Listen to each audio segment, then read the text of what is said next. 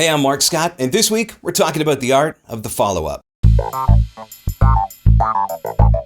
Thanks so much for checking out another voiceover tip. Remember, if you never want to miss one of these tips ever again, there's a couple things you can do. If you're watching on YouTube, make sure you click the button to subscribe to my channel. If you're watching this on Facebook, like and follow my page so that you'll get notified every time I post a new tip. And of course, don't forget to check out my newsletter at newsletter.marcscottvoiceover.com. So in the past, we've talked a lot about email marketing, and you can go back and check out some earlier tips for lots of great advice about email marketing.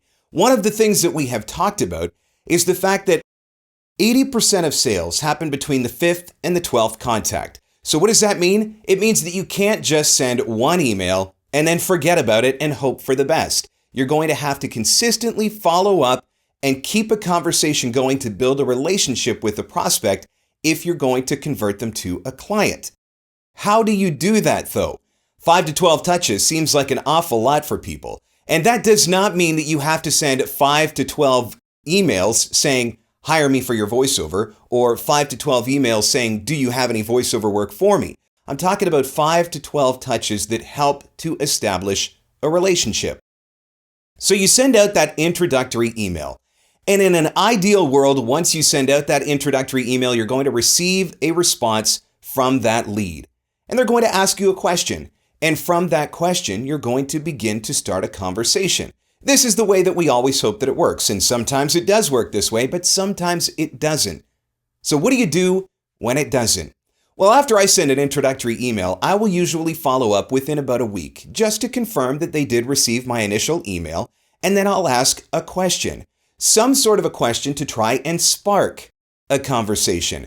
If you can get a conversation going, it's going to be a lot easier for you to get in those 5 to 12 touches. So in that second follow-up email, that one that I send about a week after the initial contact, I ask a question, try to get a conversation going. If that works and the conversation gets started, then from there, you just pick it up and let it flow naturally. They're probably going to have questions about your service, or maybe about your rates, or about your demo, maybe about the equipment that you use. Maybe they'll have questions about your turnaround time or your availability. Whatever it is, you let the conversation build naturally.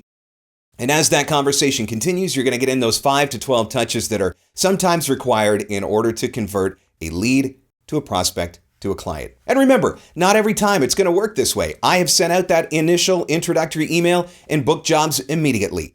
Sometimes I've sent out emails and on that follow-up, I turn it into a prospect. And sometimes it's going to take a little bit more time, a little bit more effort. So when it comes to following up and you don't want to seem annoying, you don't want to seem like you're stalking someone, you don't want to overwhelm them, the best way to do your follow-up is to ask a question that can start a conversation. If you've sent 2, maybe 3 emails in the span of a couple of weeks or a few weeks and you still haven't generated any kind of response, at that point, I'd let it sit for a few months and then try to begin the process all over again. Introducing yourself, sending the follow-up, and asking questions that can get the client to ask you a question that can spark a conversation. Wondering what kinds of questions to ask? Something like, do you have any questions about my service? Can I offer to send you my rate card?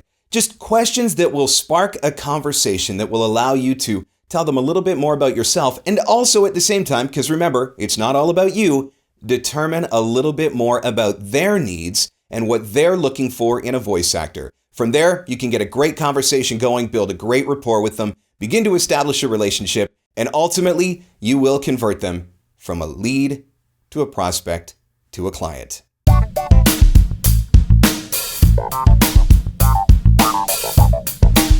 Have you got any great success stories with email marketing? Have you got a story that you would like to share about how maybe you introduced yourself, you followed up, asked a question, got a conversation going, and ultimately booked yourself a really great client? I'd love to hear from you. We can learn from each other. Share your thoughts in the comments below. Also, thank you so much for liking the video, for sharing the video on Twitter, on Facebook, on LinkedIn, throughout your social networks. I really do appreciate it.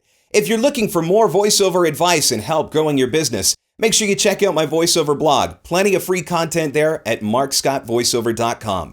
Like me on Twitter and on Facebook as well, twitter.com/MarcScott, facebook.com/MarcScottVoiceover. And for free advice delivered to your inbox on a regular basis, it's newsletter.markscottvoiceover.com. Go and sign up.